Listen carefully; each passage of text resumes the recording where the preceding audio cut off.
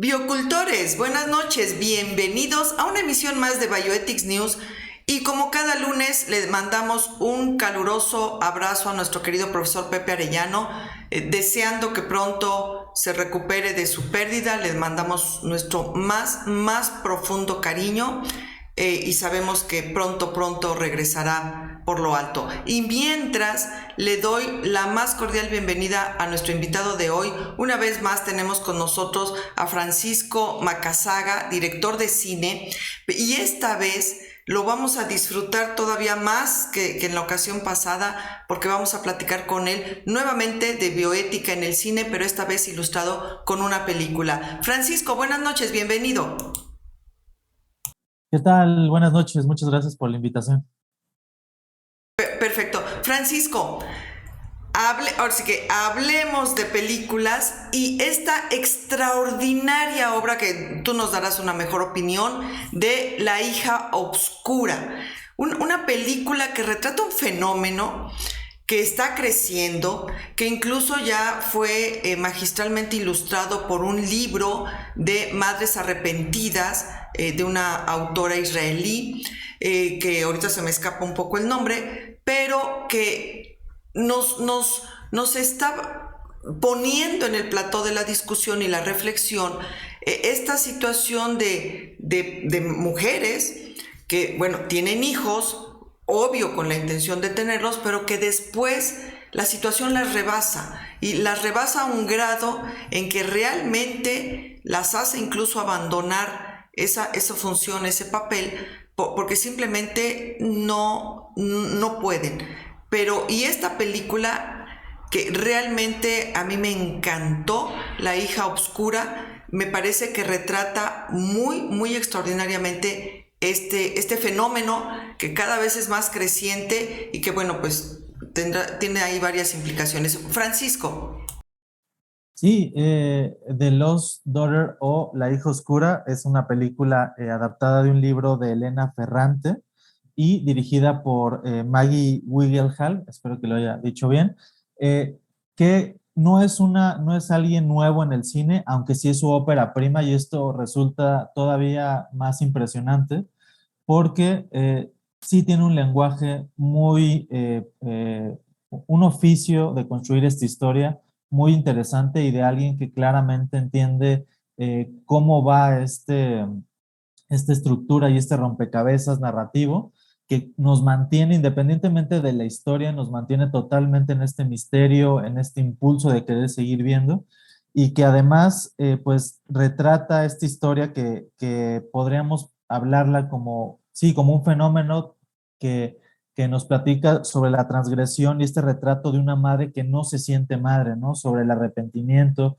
sobre las culpas, sobre todas las pérdidas de un pasado tal vez inconcluso y que aunque parece que todo está bien, las atmósferas cambian, ¿no? Me llama mucho la atención cómo la película comienza primero con una pequeña toma muy significativa, muy parecida al Ciudadano Kane de Orson Welles, donde podría comenzar por el final, una aparente muerte, pero no sabemos si es una muerte simbólica o una muerte real, donde una mujer se desploma. Y yo creo que es muy significativo porque esta mujer la vamos a ver las próximas 2 horas desplomándose anímicamente sobre un pasado que no acaba de entender, que no acaba de querer y que pues no sabemos si realmente va a morir o no, pero de alguna forma sí cambia un ciclo por completo de vida.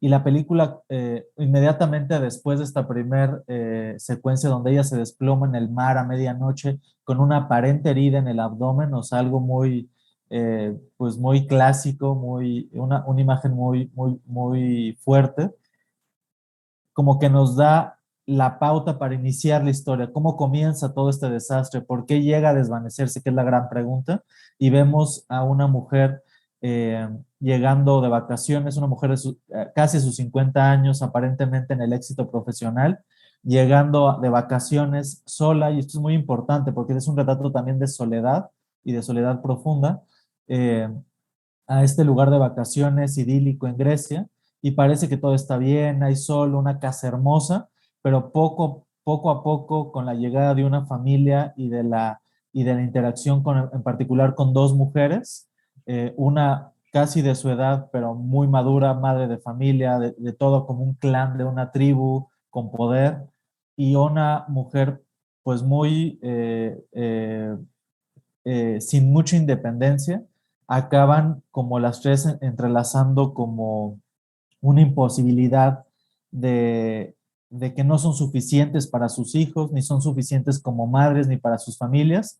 Y esto aunado al pasado incomprendido, pues viene una serie de sentimientos que le va a llevar a Leda, la protagonista de esta historia, a empezar, sin ella quererlo, meterse en una bola de nieve emocional que va a llevarla al final de la película a desvanecerse por completo. Así es.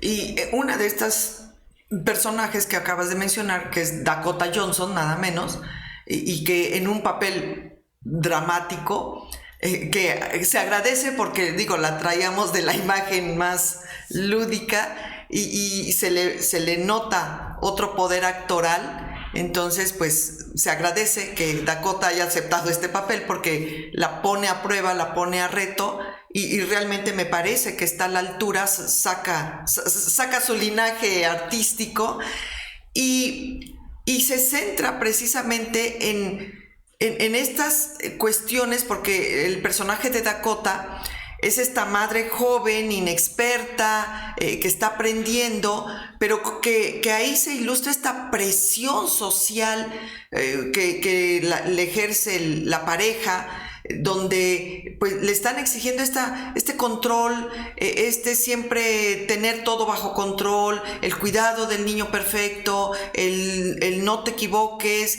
y cómo el personaje de esta madre joven empieza a salírsele estos agobios, este rebasamiento de siempre tienes que cumplir, todo bajo control, y que claro, hace que el personaje principal empiece estas reminiscencias de cómo ella misma, al intentar cuidar a sus hijas, pues algo se le escapa. Y yo creo que aquí es donde empieza el fenómeno, justo en el choque del estereotipo con la posibilidad. O sea, el estereotipo te pone a esta madre perfecta, todopoderosa, que todo lo puede, todo lo controla, nada se le escapa, el niño casi es como un crecer lineal, donde todo tiene que ser maravillosamente bien cuidado y bien logrado, y entonces el estereotipo empieza a fragmentarse cuando choca con la banal realidad.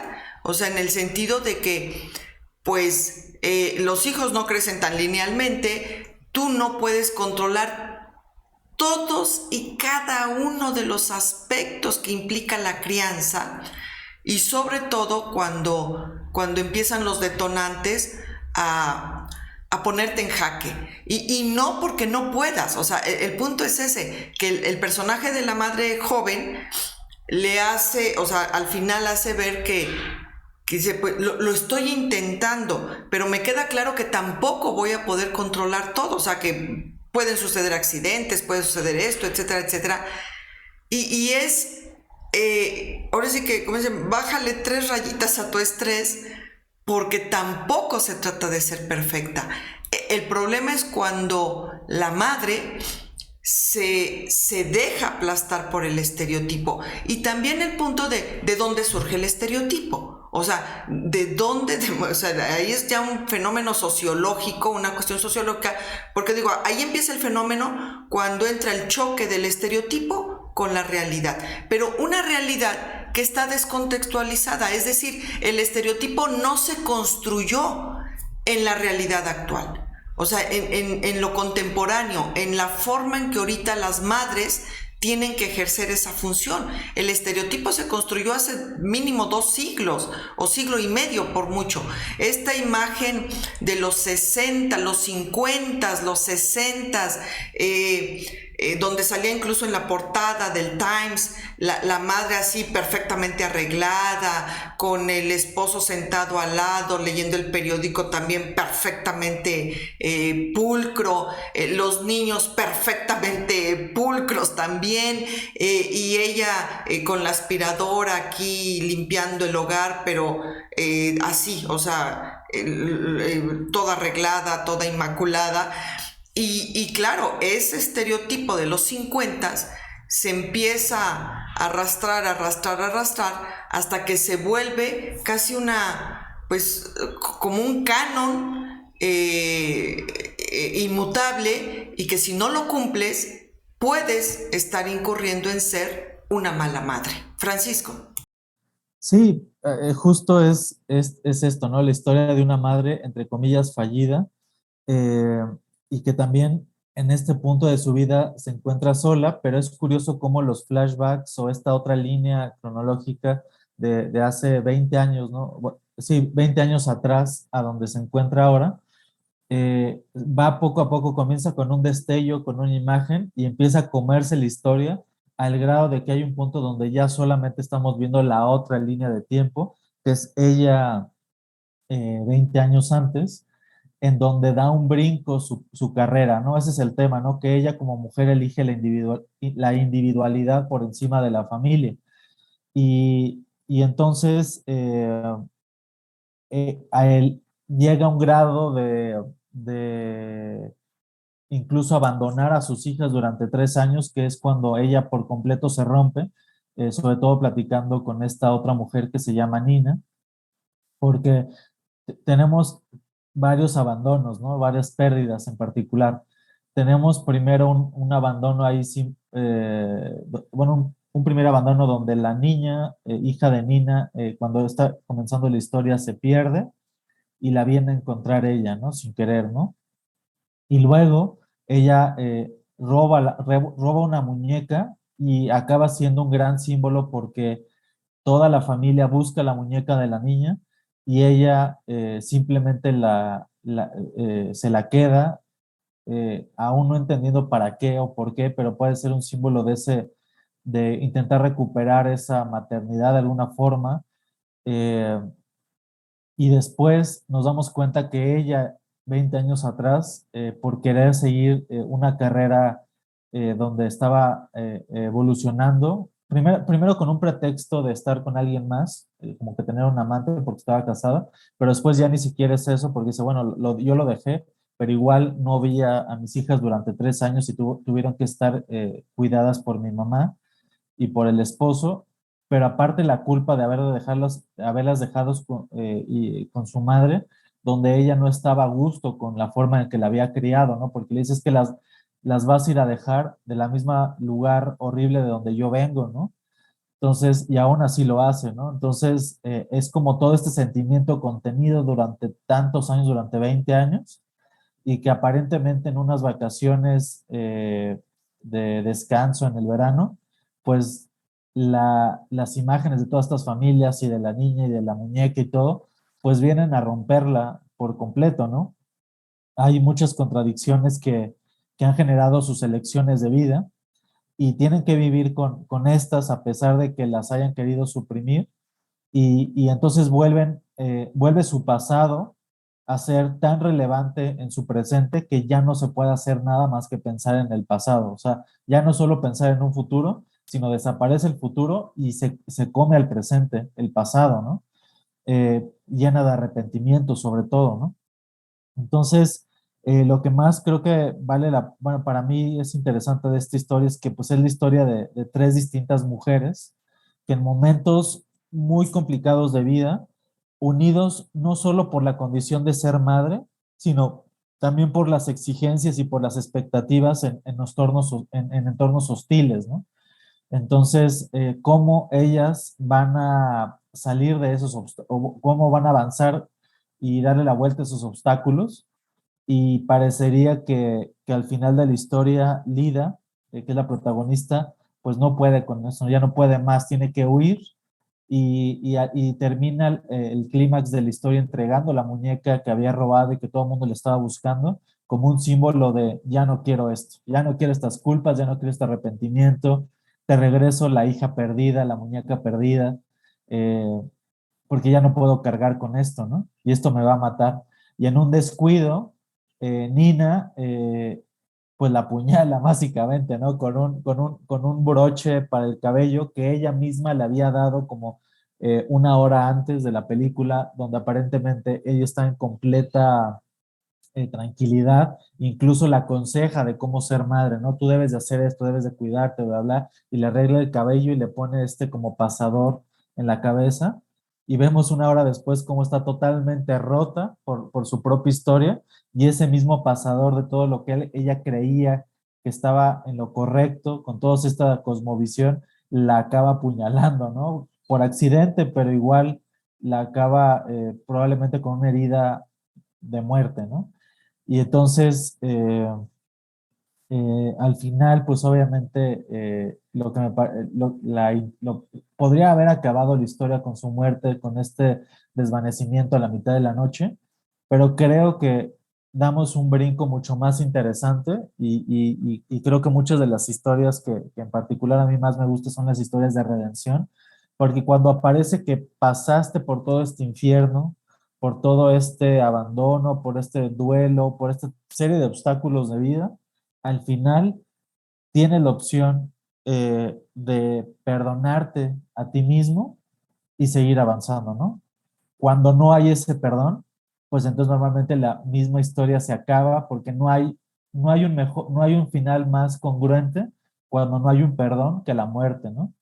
Entonces, al final ella despierta porque le da una ola en la cara, literal está tirada en la orilla, y entonces ya es de día y regresamos a ese sol con el que había comenzado la historia y lo único que tiene sentido es hablarle a sus hijas, ¿no? Y entonces hay como un montaje muy interesante porque ella se le ve tranquila, por fin se desprendió de toda esa culpa, de todo ese arrepentimiento, haya pasado lo que haya pasado, ella despierta, no está muerta, sí, sí, seguramente la hirió el pasador, el ser apuñalada por su propia historia, pero no la mató, sobrevivió y ella se queda escuchando la voz de su hija como, hola mamá, ¿cómo has estado? O sea, sí, ella sintió una gran culpa, pero todavía hay una esperanza de recuperar pues esa relación.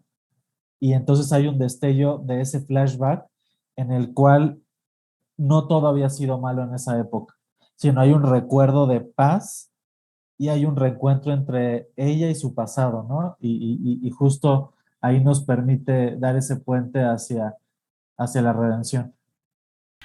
Dijiste una cosa que a mí me gustaría enfatizar muchísimo, de cómo cuando la culpa mata tu presente, también mata tu futuro. Cuando permites que el pasado mate tu presente, también está matando tu futuro y literalmente te pone en esa línea de donde quizás estés condenando ya no solo tu devenir, sino tu existencia misma. Y cómo el sustrato es esto, la culpa, el miedo, y que surgen, pues fíjate, curiosamente surgen de un acto de valentía, porque cuando eliges, o sea, eliges renunciar a ese papel de madre, porque simplemente la situación te está rebasando, no te sientes ya capaz de llevarlo a cabo, y sientes un peso mucho más grande que el hecho de cumplir con esa misión, función, también es un acto de valentía, pero porque dejar a tus hijos, o sea, irte como un acto de autopreservación, porque es también el punto que el estarlo intentando también te está destruyendo al no lograr cumplir con la expectativa.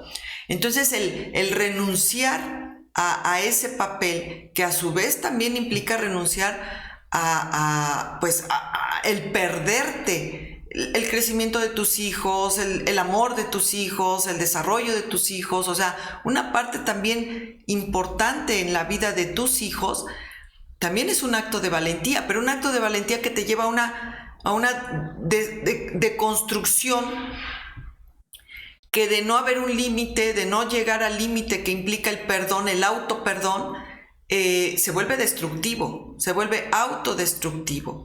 Y entonces sí, aquí es pues un drama humano, o sea, un acto de, primero una situación donde no puedes cumplir con el estereotipo, que te lleva a un acto de valentía, que te lleva a un camino de autodestrucción de desfragmentación inicialmente, y que está a punto de convertirse en un acto de autodestrucción hasta que autoconcientizas que también tienes la opción del perdón, del autoperdón para la redención, y que en la redención se abre la esperanza. Entonces, me parece un camino de drama humano de verdad espléndidamente ilustrado en la película. Biocultores, véanla, porque de verdad el estar viendo esta magistral interpretación de la actriz, que si nos repites el nombre, Francisco, porque a mí se me cuadricula aquí el cerebro con los nombres,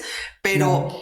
que realmente una interpretación magistral, Dakota Johnson también magistral, pero que nos ilustra este drama humano, que aquí en la película se abre esta esperanza de redención, pero que en muchas madres, en muchas mujeres, sí las lleva a la autodestrucción. El alcoholismo, la drogadicción, la depresión crónica, pero que su origen, o sea, si uno entiende, si uno se pone en perspectiva para entender el fenómeno comienza en justo esto, querer cumplir con un estereotipo. Y yo creo que ahí es donde entra la enseñanza también de este fenómeno y de estas películas y de este análisis reflexivo de no intentes cumplir con el estereotipo. O sea, ser madre no significa cumplir con reglas inmutables, absolutas, que la sociedad muchas veces impone y a veces ni siquiera la misma sociedad sabe por qué las impone. Y entonces te metes en esta espiral de querer cumplir con algo que sientes aquí muy encima de ti y que empieza a quebrarte, empieza a imponerse de forma grave y que te puede llevar a esta ruptura que de no saber cómo salir de ella puede incluso acabar destruyéndote, Francisco.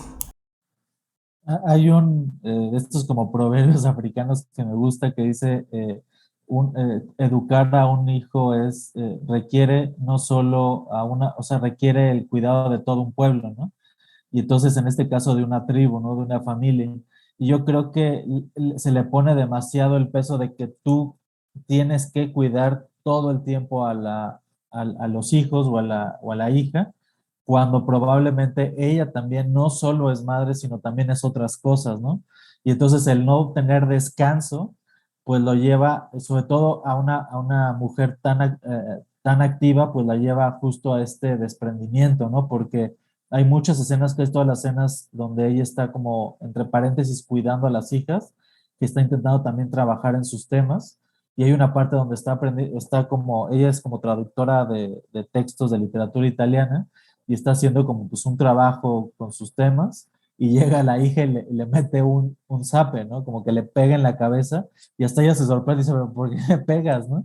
Y entonces probablemente lo que requiere es simplemente un tema, o sea, no es que no quiera ser madre probablemente, sino sí que sí quiere ser madre, obviamente ama a sus hijas, pero requiere un tiempo de descanso, ¿no? Que sea apoyada, que también las cuide, las eduque, esté con ellas el padre, la familia, la tribu, ¿no? No solo ella todo el tiempo, ¿no? Entonces, cualquier persona, digo, todos nos hemos encontrado con casos, ¿no? Con tal persona, abuela, lo que sea, que te preguntas, ¿no? Si no tuviera, si le quitas los hijos, ¿qué queda de esa persona, ¿no?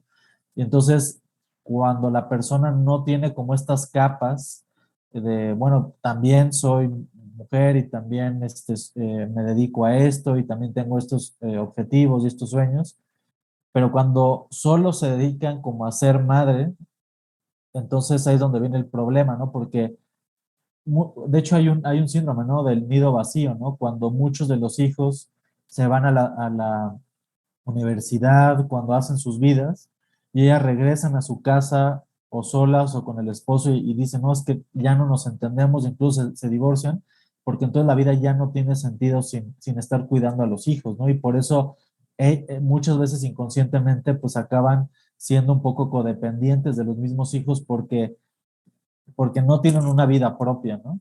Entonces, eso es muy peligroso, ¿no? Cualquier persona que dependa por completo aún de cualquier cosa, incluso de sus hijos, o sea, si no hay un camino transversal, pues sí, seguramente es muy peligroso y puede terminar en problemas graves, ¿no? Porque no hay un sentido, ¿no? O sea, por eso Nina y Lida como que se complementan, porque Nina solo es madre y solo se dedica a eso y está totalmente como atrapada en ese círculo y además con todos los consejos que le dice la nuera. Y por otra parte, pues tenemos a Lida, que es una mujer totalmente independiente, exitosa en su profesión, pero que de alguna forma, pues, se da cuenta de todo lo que el pasado le regresa al presente, ¿no?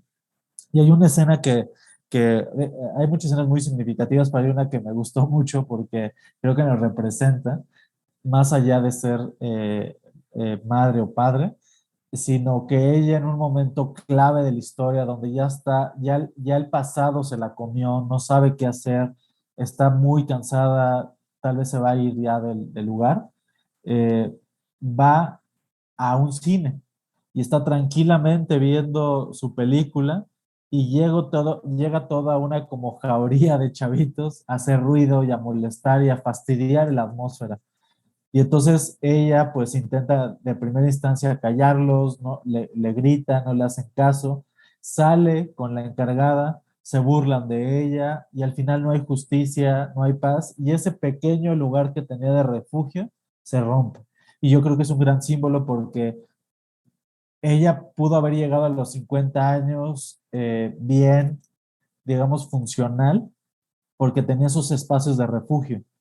Y cuando se rompen esos espacios de refugio, donde simplemente es ella y desaparecen, pues es donde se rompe por completo su vida, ¿no? Porque ya no hay a dónde regresar, ya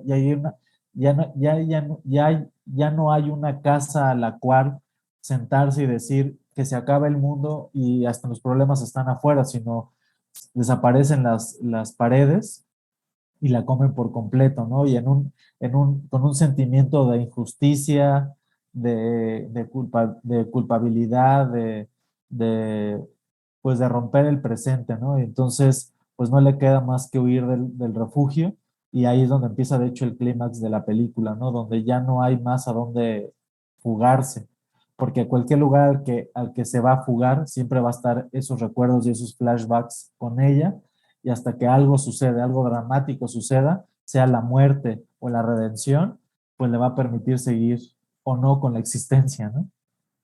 Y de hecho hay varios momentos de esos en la película, porque es así como que la vida te va empujando a que llegues justo a ese punto culmine que ahorita acabas de mencionar de o la destrucción, autodestrucción o la redención, porque también cuando intenta bailar libremente, la gente empieza a verla feo, empiezan a cuchichear y de hecho le piden que se vaya, o sea, le recomienda el hombre este con el que también intenta tener ahí un flirteo, un romance, un ligue, como dijeran los jóvenes, tampoco puede, o sea, cada vez que ella intenta ser libre, la vida se lo impide, las circunstancias se lo impiden, porque la van empujando, la van llevando hasta que ella comprenda que la libertad, la verdadera libertad comienza cuando tú te perdonas, o sea, cuando tú eliges lo más profundo de tu existencia. ¿Y qué es eso?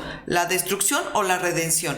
Entonces, mientras la vida no te lo permite. Entonces ella lo intenta bailar, no, intenta ligar, no, intenta disfrutar la playa, no. O sea, cada intento superficial que ella hace para tener este espacio que ahorita tú acabas de mencionar, este espacio de paz circunstancial, la vida se lo niega hasta que la va orillando a que entienda que la verdadera libertad, la verdadera sí, el verdadero estado de paz lo va a encontrar únicamente en esta opción. O sea, o la destrucción total o la redención total. Y la redención total es, en sentido profundo, el perdón a ella misma. Entonces, mientras, ahora sí, como dijeran en el ámbito esotérico, mientras todo va a ser karmático, o sea, no lo logras, o sea, no lo encuentra, no lo logra, no lo encuentra, hasta que la vida misma la va empujando al verdadero asunto profundo o a la verdadera profundidad de la situación, y ahí sí es donde lo encuentra. Y yo creo que esto pues aplica para todos, o sea, aplica cuando uno está queriendo encontrar en lo superficial, paliar nuestros propios demonios, paliar nuestra propia crisis existencial que de pronto nos cargamos, hasta que pues encontramos la solución justo en la verdadera profundidad del asunto. Un temazo, a mí me parece un temazo el que ilustra esta película, y la película en sí bien dirigida, los diálogos, las interpretaciones, o sea, a mí me parece extraordinario, y que nos pone en el plató de la discusión bioética, incluso ética, esta cuestión de que qué representa ser madre en la actualidad, donde estamos cometiendo muchas veces el error de querer cumplir con el estereotipo, un estereotipo desfasado históricamente, y que habría que reconstruir. ¿En qué consiste el estereotipo ahora? ¿En qué consistiría? Porque efectivamente, como bien dijiste, la mujer actualmente no solo quiere ser madre, quiere ser algo más que solo una madre, y desgraciadamente la cronología muchas veces está en su contra, porque pues de pronto la cronología te lleva a esta cuestión de tener que ser madre a una edad en la que eres intelectualmente muy productiva, en la que también estás justo en esa ruta que terminas tus estudios universitarios o terminas tu preparación, y quieres empezar a explotarla, quieres poner a prueba tu sentido creativo, productivo, conseguir trabajo, etcétera, etcétera, etcétera. Y paralelamente estás con esta cuestión cronológica de pues el querer ser madre, y entonces se te juntan dos procesos que son importantes para la mujer, o sea, su desarrollo moral intelectual, y al mismo tiempo no todas, pero las que sí tienen esta necesidad de satisfacer su sentido maternal, y que se cruzan, se ponen a lo paralelo, y que por supuesto la exigencia a veces se pone muy en jaque a la mujer, y ahí entra esta noción de la tribu, o sea, y a lo mejor, como dijera John Lennon, regresar a los clásicos, a lo mejor tomar la parte buena de este modelo espartano,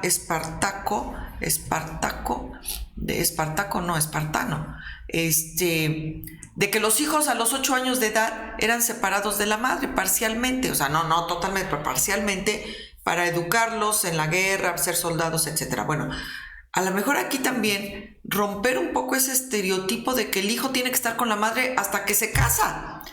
O sea, hasta que se casa ya puede romper el cordón con el nido, y eso hace que la madre tenga al hijo mucho tiempo, más si el hijo se casa a los 40 años, Santa Madre, o sea, como que ya se volvió bastante pesado. Entonces, quizás entra esta necesidad cultural de construir y reconstruir el estereotipo para acoplarlo más a las necesidades contemporáneas, y de esta forma la mujer tenga una mejor oportunidad de esta relación, de esta realización, perdón, de ambos aspectos, en términos más equitativos, más justos, con mayor flexibilidad, que no la lleven a estas situaciones límite, donde acaba incluso arrepintiéndose de haber sido madre. Francisco. Pues sí, la invitación a la audiencia que nos está viendo a que vean esta gran película. Es sobresaliente que es una ópera prima, pero obviamente de una actriz con mucho con muchas décadas trabajando, que se llama Maggie Gyllenhaal. Digo, es un nombre, a lo mejor no les dice mucho el nombre, pero la han visto en muchísimas, de todo tipo de películas. Y también cómo da ese salto, ¿no? Por ejemplo, es curioso también este tema que pasa con las madres en la película. Podría también compararse a las directoras en el cine, ¿no? Que hay muchos menos directoras porque parecería que es como un oficio que no puede ir a la par con ser madre. Y por ejemplo, hay muchas de estas directoras que lo son, ¿no? Que en el mismo set tienen a sus bebés o a sus hijos pequeños, ¿no? Entonces, es cómo combinas, cómo integras oficios que aparentemente son más complicados con el hecho de ser madre, ¿no? Entonces, obviamente, pues, por ejemplo, yo no podría hacer no puedo decir nada, ¿no? Sobre el tema de ser madre más que mi experiencia con la mía, con la propia, pero lo que sí llama la atención es que ya tenemos muchos casos, bueno, no solo casos, sino se permite la vida ya con la tecnología, con la forma de organizarnos, de hacer varias cosas al mismo tiempo, ¿no? O sea, se vale ser renacentista, ¿no? Se vale hacer varias cosas al mismo tiempo y ya no es tan relevante si eres hombre, si eres mujer, si te, o como o como tú te concibas, el género que te concibas, puedes hacer varias cosas al mismo tiempo y siempre y cuando dándote cuenta cuáles son los retos de cada uno de esos, ¿cómo decirlo? Roles que tienes en la vida eh, y combinarlos incluso, ¿no? O sea, una persona puede ser padre y también ser director de cine o empresario o tener un trabajo o viajar, etcétera, ¿no? Y pues invitarlos a ver esta película que justo habla de estos roles, estos pasados inconclusos, de estas historias de redención, de los abandonos, y cómo en los silencios y algo de las cosas más interesantes de la película también es que cómo en los silencios y en las cosas no dichas es donde yacen las emociones más complejas, ¿no? Entonces, siempre puedes escuchar a alguien hablando durante mucho tiempo y que no diga nada, y a veces te das cuenta que una sola mirada de una persona, sobre todo alguien que te interesa, ¿no? Puede decir muchísimo, ¿no? Y entonces eso es parte de lo interesante de la actuación de Olivia Colman como Lida, que con una sola mirada y en unos pocos segundos cambia por completo ese sentimiento de tranquilidad a la total ansiedad, ¿no? Al miedo, ¿no? Entonces, eh, pues sí, es una gran película que vale la pena ser revisitada constantemente. Biocultores, no se la pierdan, de verdad, es el trabajo conjunto de tres extraordinarias mujeres, Dakota Johnson, Olivia Colman, la directora, que se juntan y logran esta belleza de película. Por favor, véanla, La hija oscura, ya saben dónde, aquí en estas plataformas, que cuando nos paguen las mencionaremos, pero mientras, pues ya saben, o sea, pónganle ahí imaginación. Y también al mismo tiempo, Francisco, de verdad, yo reafirmo la percepción que tengo de ti. Tú eres como una buena película, o sea, hablar contigo, verte, interactuar contigo es como cuando uno ve una obra maestra en el cine, porque siempre, o sea, créeme que en este mundo tan convulsionado, pocas veces se encuentra uno a personas que cada vez que uno interacciona con ellas, uno se queda con mucho, o sea, con mucho. Y tú eres una de ellas. Realmente a mí siempre me place enormemente interactuar contigo porque eres una fuente inagotable de buenos diálogos, creo que en términos cinematográficos, de buenos diálogos. Y es un placer para mí aprender de ti. Realmente aprender de ti es algo que se vuelve una extraordinaria experiencia. Ya se nos acabó el tiempo, para variar. Pero te agradezco muchísimo que nos hayas visitado en esta ocasión. Y de ya te vuelvo a abrir otra para que en un futuro nos hablemos de otra película, que surja otra extraordinaria película y que nos hagas el favor de visitarnos para volver a discutirla, disecarla. Yo encantada y que bueno, sigamos aprendiendo de ti. Francisco, nos despedimos. Buenas noches. Buenas noches, muchas gracias por la invitación. También un gusto platicar contigo. Yo creo que siempre las pláticas no son de uno, sino serían como cátedras, sino más bien es porque hay una gran retroalimentación. Entonces me gusta pensar que siempre hay buen diálogo porque siempre hay alguien también interesante del otro lado, ¿no? Entonces, si no, no funciona. Y pues muchas gracias por la invitación y con mucho gusto nos vemos la próxima vez para platicar de otra gran película. Yo creo que vamos a abrir un programa así de lunes de cine o a ver qué hacemos, porque de verdad analizar las películas ya con alguien de oficio tiene otro sabor. Gracias, Francisco, muchísimas gracias por acompañarnos. Biocultores, esto fue Bioethics News. Por favor, la recomendación, La hija oscura, no se la pierdan. Y mientras, apóyennos, suscríbanse, denle like, compartan el video, porque recuerden, para ustedes es solo un pequeño clic, pero para nosotros es una enorme aportación. Muchísimas gracias. Hasta la siguiente, nos vemos. Gracias.